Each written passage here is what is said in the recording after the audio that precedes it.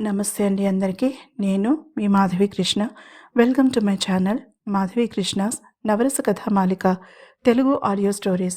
వినండి, వింటూనే ఉండండి. ప్రతిరోజు సరికొత్త ఎపిసోడ్లని. ఈ కథలు కనుక మీకు నచ్చినట్లయితే తప్పకుండా లైక్ చేయండి. అలాగే నా ఛానల్ని సబ్స్క్రైబ్ చేసుకోవడం మర్చిపోకండి. ప్రేమిస్తే ఏమవుతుంది సీజన్ 3 ప్రేమ మంత్రం ధారావాహిక పార్ట్ 12.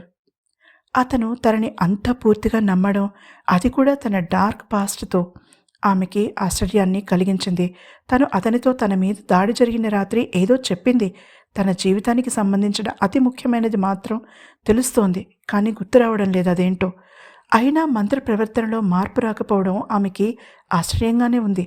తన జీవితంలోకి రావాలనుకున్న 2-3 మగవాళ్ళకి తన విషయం పూర్తిగా వివరించేసరికి వాళ్ళు మళ్ళీ పత్తా లేకుండా పోయారు.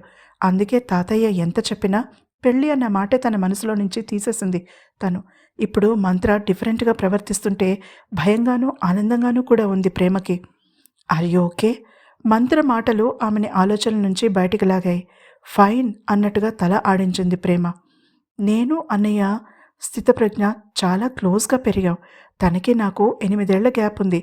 అమ్మ నాన్న మాకు ఎప్పుడు చెప్తూ ఉండేవారు, ఫ్యామిలీ అంటే ఒకరికొకరు ఎలాంటి పరిస్థితుల్లో అయినా తోడుగా నిలబడడం అని. అది అన్నయ్య అక్షరాలా పాటించేవాడు. నాకు ఏం కావాలన్నా వెంటనే తనే చూసుకునేవాడు. అందుకే అమ్మ నాన్న కన్నా ముందుగా అన్నయ్య దగ్గరికి వెళ్ళి అడగడమే అలవాటు. నేను మొదటిసారి సెక్యూరిటీ సర్వీసెస్ గురించి మాట్లాడినప్పుడు నాన్నగారు చాలా నచ్చచెప్పడానికి ట్రై చేశారు. చివరికి తిట్టారు, మాట్లాడడం మానేశారు కూడా. అన్నయ్య నచ్చచెప్పాడు. తన సపోర్ట్తోనే హాకై సెక్యూరిటీ సర్వీసెస్ ఓపెన్ చేశాను. అన్నయ్య ఆలోచించకుండా తన సేవింగ్స్ అన్నీ నాకు ఇచ్చేశాడు. తర్వాత నాన్నగారు కూడా హెల్ప్ చేశారనుకో. వితిన్ 1 year వాళ్ళ లోన్ తీర్చడమే కాదు, వీణని నా పార్ట్నర్గా చేర్చుకున్నాను. చెప్పడం ఆపి ప్రేమ అరచేతిలో సున్నాలు చుడుతూ ఒక క్షణం ఆలోచనల్లోకి జారిపోయాడు మంత్ర. ఏమైంది మంత్ర? మృదువుగా అడిగింది ప్రేమ. అతను తిరిగి ఈ లోకంలోకి వచ్చినట్టుగా చిన్నగా తల విదిలించి చెప్పడం ప్రారంభించాడు. అన్నయ్య ప్రేమలో పడడం, అనిలతో తన పెళ్లి జరగడం ఇంట్లో ఒక పండగే అయింది. అనిల నాకు వదినగానే కాక మంచి ఫ్రెండ్లా ఉండేది. వాళ్ల పాపే సమిత. సమిత పేరు నోటి వెంట రాగానే ఆ రూపం కళ్ల ముందు మెదిలింది మంత్రకి. గొంతు పూడుకుపోయినట్టుగా అయిపోయింది. ప్రేమకి అర్థమైంది, అతను తట్టుకోలేని సంఘటన గురించి మాట్లాడడం వల్ల నరకం అనుభవిస్తున్నాడని. నీకు చెప్పడం కష్టంగా ఉంటే చెప్పకు మంత్ర, కానీ బాధ పంచుకుంటే తగ్గుతుంది. నీ బాధని పంచుకోవడానికి నేనిక్కడే ఉన్నాను. అతని చేతిని తన చేతుల్లో బిగించి పట్టుకుని ఓదార్పుగా అంది ప్రేమ. ఆ మాటలే అతను తన మనసులో అనుభవిస్తున్న వేదనని బయటికి వెళ్ళగక్కేలా చేశాయి. సమిత మా అందరి ప్రపంచంలా మారిపోయింది. తను పుట్టినప్పుడు కాంప్లికేషన్స్ రావడంతో ఇక రెండో ఇష్యూ వద్దనుకున్నారు అన్నయ్య వదిన. దాంతో సమిత మరింత అపురూపమైపోయింది మాకు. ఒకసారి నాకు ఒక పెద్ద క్లయింట్ నుంచి ఒక ప్రపోజల్ వచ్చింది. తన జాబ్ వల్ల తన కూతురికి డెత్ థ్రెట్స్ ఉన్నాయని, హై సెక్యూరిటీ అవసరమని, దానికోసం ఎంతైనా పే చేస్తానని చెప్పాడు. హాకై అప్పటికే మంచి పేరు సంపాదించుకుంది. అది ఛాలెంజింగ్గా ఉండడంతో వీణ నేను వెంటనే ఒప్పుకున్నాం. అవే మా జీవితాలని మార్చేశాయి. ఆ డెత్ థ్రెట్స్ నాకు రావడం ప్రారంభించాయి. పట్టించుకోలేదు నేను. స్వయంగా నేనే ఆమెకి చీఫ్ సెక్యూరిటీ ఆఫీసర్గా పనిచేశాను. భుజాల మీద కొండంత బరువు పెట్టినట్టుగా మోకాళ్ల మీద తన మోచేతులను ఆనించుకుని అరచేతుల్లో మొహం దాచుకున్నాడు మంత్ర. అతని కళ్ల ముందు ఆ రాత్రి జరిగిన సంఘటన మెదులుతూ ఉండడంతో కన్నీరు ఆగలేదు. వరదలా పొంగుతున్న నీటిని అదుపు చేసుకోవడానికి కూడా మంత్ర ప్రయత్నించలేదు. ప్రేమ ముందు అలా బయటపడడానికి అతను సిగ్గుపడలేదు కూడా. ముందు ప్రేమ నివ్వెరపోయింది. తర్వాత ఏం చెయ్యాలో తెలియని అయోమయ స్థితిలోకి చేరుకుంది. 2 నిమిషాల తర్వాత ఆమెకి తను అర్జున్ రెస్ట్లెస్గా ఉన్నప్పుడు చేసే పని గుర్తొచ్చింది. అదే చేసింది ఇప్పుడు. మంత్ర వెన్ను నిమురుతూ చిన్నగా అతని చెవిలో ఓదార్పుగా మాట్లాడుతూ అతని కణతల మీద ముద్దు పెట్టుకుంది. కొంతసేపటికి తేరుకున్నాడతను. నడుస్తూ మాట్లాడుకుందాం రా మంత్ర అంటూ అతన్ని అక్కడి నుంచి లేవదీసి తన చేతుల్లో అతని చేతిని బంధించి చిన్నగా అడుగులు వేయడం మొదలుపెట్టింది. అతను మౌనంగా ఆమె పక్కనే నడుస్తున్నాడు. కొన్ని నిమిషాలు ఇద్దరు ఎవరి ఆలోచనలో వాళ్ళు ఉండిపోయారు. మంత్రకి నోరు విప్పే ఉద్దేశం లేనట్టు గ్రహించిందామె. ఇంతవరకు వచ్చాక ఇక అతన్ని వెనకడుగు వేయనిచ్చే ఉద్దేశం ఆమెకి లేదు. తర్వాత ఏమైంది మంత్ర అడిగింది. గాజు పెంకులను మింగిన ఫీలింగ్ కలిగింది అతనికి. ఆ తర్వాత జరిగిన దానిని మాటల రూపంలో చెప్పడానికి.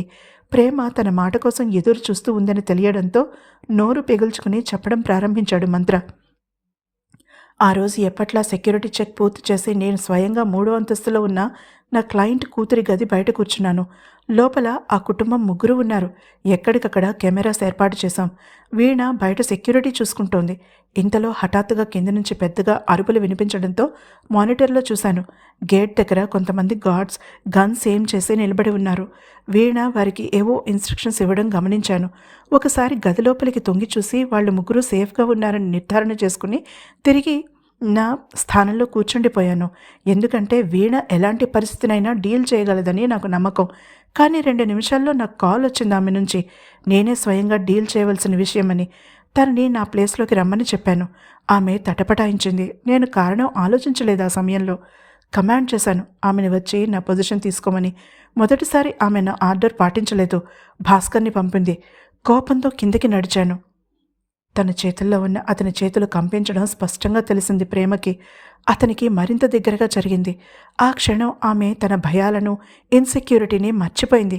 మంత్రకి ధైర్యం ఇవ్వడమే తనకి అత్యంత ముఖ్యమైన పని అనిపించింది ఆమెకి. నేను నా జీవితంలో ఆ దృశ్యాన్ని మర్చిపోలేను ప్రేమ. కళ్ళు మూసుకుంటే కలలోను, కళ్ళు తెరిస్తే లైవ్ ఇన్సిడెంట్ లాగా మెదిలి నన్ను నిలవనివ్వడం లేదు, కూర్చొనివ్వడం లేదు. సమిత, మా చిన్నారి సమిత కణితకి గన్ గురిపెట్టి మమ్మల్ని ఆ బిల్డింగ్లో నుంచి వేకేట్ చేయమని చెప్తుంటే నేను నా డ్యూటీ ఎథిక్స్ అంటూ పనికిరాని మాటలు చెప్పి సమిత మరణానికి కారణమయ్యాను. నిజానికి ఆమెను చంపింది వాళ్ళు కాదు, నేను అంటూ మౌనంగా రోధిస్తున్న అతన్ని ఎలా ఓదార్చాలో కూడా ప్రేమకి తెలియలేదు. తన కళ్ళ ముందే తన చేతులతో ఎత్తుకుని పెంచిన పాప నేలరాలిపోతే ఆ దుఃఖాన్ని ఎవరు తీర్చగలరు? ఆమె ప్రాణాలు కాపాడడం నిజంగా మంత్ర చేతిలో ఉందా? తన డ్యూటీ నిజాయితీగా చేసిన మనిషి తన తప్పు లేకపోయినా అపరాధ భావంతో ఫీల్ అవుతూ బాధపడుతుంటే తను ఏం చెప్పి ఓదార్చగలదు? తన అన్నావదులని ఎలా సేవ్ చేశాడు అతను? వాళ్ళ మొహన్ ఎలా చూశాడు? అలాంటి సమయంలో మాటలు కూడా పేలవంగా అనిపిస్తాయి. అందుకే మౌనంగా అతని చేతిని పట్టుకుని అతని పక్కన నడిచింది. చాలాసేపు వారి మధ్య మౌనమే సంభాషణ అయింది. మంత్ర ఎస్టేట్కి తిరిగి వచ్చేంత వరకు కూడా తన ఆలోచనల్లో మునిగిపోయి మౌనంగా ఉండడంతో ప్రేమ అతన్ని డిస్టర్బ్ చేయలేదు. తనతో అతని గతాన్ని పంచుకోవడం ఆమెకి నిజంగానే షాకింగ్గా ఉంది. అలాంటి చాలా సన్నిహితమైన విషయం చెప్పడానికి తన మీద ఎంతో నమ్మకం ఉండాలి మంత్రకి. మంత్ర తన గిల్ట్ని షేర్ చేసుకోవడమే కాదు, ఎలా అది ఒక పీడకలే తరచుగా అతనికి నిద్ర మధ్యలో ఉలిక్కి పడేలా చేస్తోందో, పానిక్ అటాక్స్ ఎలా అతని మనసును బలహీనం చేస్తున్నాయో చెప్తున్నప్పుడు అతనికి కూడా బలహీనతలున్నాయి అని అర్థమైంది ప్రేమకి. తన అసైన్మెంట్ మొదట్లో ఒప్పుకోవడానికి కారణం కూడా అర్థమైంది ఆమెకి. అంత గొడవ చేయడం మంత్ర తను ఎక్కడ ఫెయిల్ అవుతాడోనని భయపడ్డాడని ఒప్పుకోవడానికి మంత్ర అస్సలు వెనకాడలేదు ఆమె ముందు. అదే ఆమెకి అతనిలో అమితంగా నచ్చిన విషయం.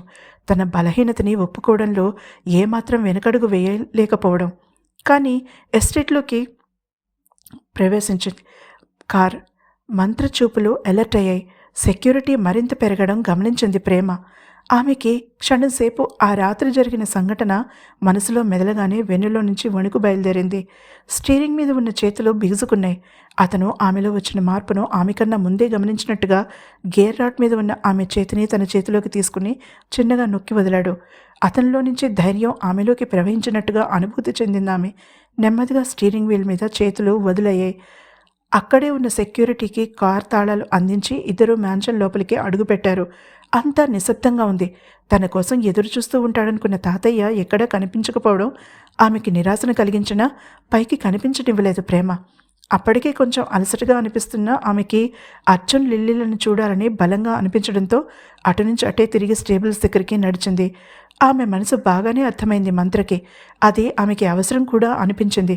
అందుకే మౌనంగా ఆమెని అనుసరించాడు. అతను ఏమీ అడ్డు చెప్పకపోవడంతో ఆమె తేలికగా నిట్టొచ్చింది. దారిలో కనపడి ఆమెని పలకరించిన వారందరికీ ఓపికగా సమాధానాలు చెప్తూ తను బాగానే ఉన్నట్టుగా డిక్లేర్ చేస్తూ నడక సాగించింది ప్రేమ. తిరిగి ఎస్టేట్ గ్రౌండ్స్లో అడుగుపెట్టడం, పనిలోకి దిగడంతో ఆమెకి మనసంతా తేలికపడిన భావం కలిగింది. ఎప్పటిలా ముందుగా స్ట్రే యానిమల్స్ షెడ్కి దారి తీసింది. అక్కడ జంతువులతో ఒక అరగంట గడిపాక గుర్రాలు ఉన్న షెడ్కి బయలుదేరింది. మంత్ర పరిసరాలనే కాదు, అక్కడ ఉన్న మనుషులను కూడా క్షుణ్ణంగా పరిశీలిస్తున్నాడు, ఎవరికీ అనుమానం రాకుండా. ఇద్దరూ నెమ్మదిగా స్టేబుల్కి చేరుకున్నాక మంత్ర నెమ్మదిగా తలుపుని లోపలికి నెట్టాడు. నిశ్శబ్దంగా తెరుచుకుందది. లోపల చిరుచీకటి అలుముకుని ఉండడంతో ఆశ్చర్యంగా చూశాడు ప్రేమ వైపు. ఆమె కనుబొమ్మలు ముడిచి నుదురు చిట్లించడంతో అలా ఎప్పుడూ జరగలేదని, ఇదే మొదటిసారని అర్థమైంది మంత్రకి. మరింత అలర్ట్గా నిశ్శబ్దంగా లోపలికి అడుగుపెట్టాడు. అతని వెనకే ప్రేమ. అప్పుడు వినిపించాయి వారికి ఎవరో చాలా నెమ్మదిగా మాట్లాడుకుంటున్నట్టుగా గుసగుసలు. అవి ఒక ఆడ మగ గొంతులుగా గుర్తుపట్టడానికి ఎంతోసేపు పట్టలేదు మంత్ర ప్రేమలకి. ఇద్దరూ ఒకరి మొహం ఒకరు చూసుకున్నారు ఆశ్చర్యంగా. అక్కడ ఎప్పుడూ ఉండవలసిన వాళ్ళు ఎక్కడికి వెళ్లారో అర్థం కాలేదు ప్రేమకి. బయటికి వెళ్ళిన వెంటనే డ్యూటీలో ఉన్నవారిని నిలదీయాలని నిర్ణయించుకుంటూనే నోరు విప్పబోయిందామె. టక్కున ఆమె నోటికి తన చేతిని అడ్డుపెట్టాడు మంత్ర. నోటిని అదిమాడు. ఆశ్చర్యంగా చూస్తున్న ఆమెని శబ్దం చేయవద్దన్నట్టుగా సైగ చేసి ఒక మూలగా నిలబడి శ్రద్ధగా వినసాగాడు. అప్పటికే వాళ్ళెవరో అతనికి చూచాయిగా అర్థమైంది. కన్ఫర్మ్ చేసుకోవాలనుకున్నాడు అంతే. అబ్బా వదులు, ఇన్నాళ్ళు ఏమైపోయింది ఎల్లరంతా? ఆడగొంతు గారంగా అడుగుతుంటే మగగొంతు సమాధానం మాటలతో ఇవ్వలేదని అర్థమైంది అక్కడ నిలబడిన వారిద్దరికీ. ప్రేమ మొహం ఎర్రగా కందిపోయింది. అది సిగ్గుతోనో కోపంతోనో అర్థం కాలేదు మంత్రికి. అతను మాత్రం తెగ ఎంజాయ్ చేస్తున్నాడు ఆ చాటుమాటు రొమాన్స్ని. పర్ఫెక్ట్. నిశ్శబ్దంగా పెదవులు కదిలించింది ప్రేమ అతన్ని చూసి. తెల్లని పళ్ళన్నీ బయటపెట్టి నవ్వాడు మంత్ర నిశ్శబ్దంగా. నీలో చలనం కలిగించడానికి ఎంత కష్టపడవలసి వచ్చిందో తెలుసా? గోముగా అడిగింది ఆడగొంతు. అప్పుడు స్పష్టంగా అర్థమైంది ప్రేమకి అది హిమజ కంఠమని. ఆశ్చర్యంగా చూసింది మంత్రవైపు. అతను చిన్నగా తల విదిలించాడు. తను అనుకున్న దానికన్నా చాలా స్పీడ్గానే అనుకున్న పనే సాధించింది ఆ పిల్ల అనుకున్నాడు మనసులో. థ్యాంక్ గాడ్, తను ఆ నాటకంలో బలిపశువు కానక్కర్లేదు ఇంకా అనుకున్నాడు కూడా. ఏం కష్టపడ్డావేంటి? అసలు కష్టపడినది నువ్వు కాదు నేను. వెనువెంటనే నీల్కంఠం వినిపించడంతో ఇక ఆశ్చర్యపోలేదామె. ప్రేమ అది నీళ్ళై ఉండొచ్చని ముందుగానే ఊహించింది. నిన్ను ఆకర్షించడం కోసం ఆ మంత్ర వెనకాల పడినట్టు నటించాను కదా. ఆమె గొంతు మత్తుగా పలకడం తెలుస్తూనే ఉంది ప్రేమకి. కానీ మంత్ర పేరు రావడంతో ఆసక్తిగా వింటోంది. అది నీకు కాదు కష్టం, నాకు. ఆ మంత్రని 4 పీకాలనిపించింది నిన్ను తాకుతున్నప్పుడు. నీల్కంఠంలో ధ్వనించిన ఈర్షికి పకపక నవ్వింది హిమజ. కొన్ని క్షణాలు ఊర్పులు తీయని నిట్టూర్పులు అయిన తర్వాత తిరిగి వినిపించింది హిమజ కంఠం. అయితే మంత్ర చాలా బాగా నటించాడన్నమాట. హిమజ గర్వంగా అనడం ప్రేమకే కాదు నీల్కి కూడా ఆశ్చర్యాన్ని కలిగించింది. మంత్రకి మాత్రం నవ్వు తెప్పించింది. అతను నువ్వనుకుంటున్నంత మూర్ఖుడు కాదు. మీరు కనుమరువ అవ్వగానే అడిగేశాడు నేను ఎంతకాలంగా ప్రేమిస్తున్నానని. నీల్ గుండెలపై వాలి అతని షర్ట్ గుండెలు సవరిస్తూ చెప్పింది హిమజ. అంటే మీ ఇద్దరూ కలిపి ఆడినది నాటకమన్నమాట. దొంగ అంటూ ఆమెని అల్లుకుపోవడంతో ఇక మాటల కన్నా శబ్దాలు ఎక్కువ కావడంతో ప్రేమ మంత్రలు ఎంత నిశ్శబ్దంగా లోపలికొచ్చారో అంతే నిశ్శబ్దంగా బయటికి నడిచారు. అక్కడ నుంచి కొంత దూరం వచ్చాక కానీ సరిగ్గా ఊపిరి కూడా పీల్చుకోలేదు ప్రేమ. మంత్ర మాత్రం మామూలుగానే ఉన్నాడు. అతని మీద ఆ సంభాషణ కానీ వారి ఏకాంతంలో చేసిన అల్లరి పనులు కానీ ఎటువంటి ప్రభావమూ చూపించలేదని ఆమెకు స్పష్టంగానే అర్థమైంది. చిన్నగా ఈల వేస్తూ పరిసరాలు చూస్తూ నడుస్తున్నాడు మంత్ర. నీకు ముందే తెలుసా? ఆమె దేని గురించి అడుగుతోందో అతనికి స్పష్టంగానే అర్థమైంది. అయినా అర్థం కానట్టుగా చూశాడు ఆమె వంక. అదే హిమజ నీళ్ల విషయం సందేహిస్తూనే అడిగింది ప్రేమ. తెలుసు, అయినా నేను వేరే అమ్మాయితో చనువుగా ఉంటే నువ్వెలా ఫీల్ అవుతావో చూడాలనిపించింది. ఆమె వైపు సూటిగా చూస్తూ సీరియస్గా అన్నాడు మంత్ర. ఆ రోజు తను అతనితో గొడవ పడడం గుర్తొచ్చింది ఆమెకి. చిన్నగా నవ్వింది. చంపేయాలనిపించింది చెప్పింది ప్రేమ. గుడ్. అదేదో చాక్లెట్ తినాలనిపించింది ఆమె అన్నట్టుగా స్పందించాడతను. అయోమయంగా చూసిన ఆమెకి అర్థమయ్యేటట్టుగా వివరంగా చెప్పాడు మంత్ర. అంటే నువ్వు నీళ్ళలాగానే ఈర్ష్యగా ఫీల్ అయ్యావన్నమాట. ఈర్ష్య ప్రేమకి కొలమానమని ఎవరో రచయిత మళ్ళంటి వారి ఉద్దేశించే రాసేశాడు అన్నాడు మంత్ర. అయితే నా కోపాన్ని ఇప్పుడు హిమజలాగా తీరుస్తావా అన్నాక గాని తను ఏం మాట్లాడిందో తెలుసుకోలేదామె. ఇబ్బందిగా కదులుతూ అతని వైపు తప్ప అన్ని పక్కలా చూడడం మొదలుపెట్టింది ప్రేమ. అతనికి సమాధానం చెప్పే అవకాశం రాలేదు. అతను ఏం చెప్పి ఉండేవాడా అని ఆమె ఆ రోజంతా ఆలోచిస్తూనే ఉంది. మంత్ర, we have an important break through పరిగెత్తుకుంటూ తమ వైపు వచ్చిన వీణ ఆయాసపడుతూ చెప్పడంతో మంత్రమోహం సీరియస్గా మారిపోయింది. తర్వాత ఏం జరిగిందో తెలుసుకోవాలంటే తప్పకుండా తర్వాత ఎపిసోడ్ని వినండి. ఈ ఎపిసోడ్ కనుక మీకు నచ్చినట్లయితే తప్పకుండా లైక్ చేయండి. అలాగే నా ఛానల్ని సబ్స్క్రైబ్ చేసుకోవడం మర్చిపోకండి.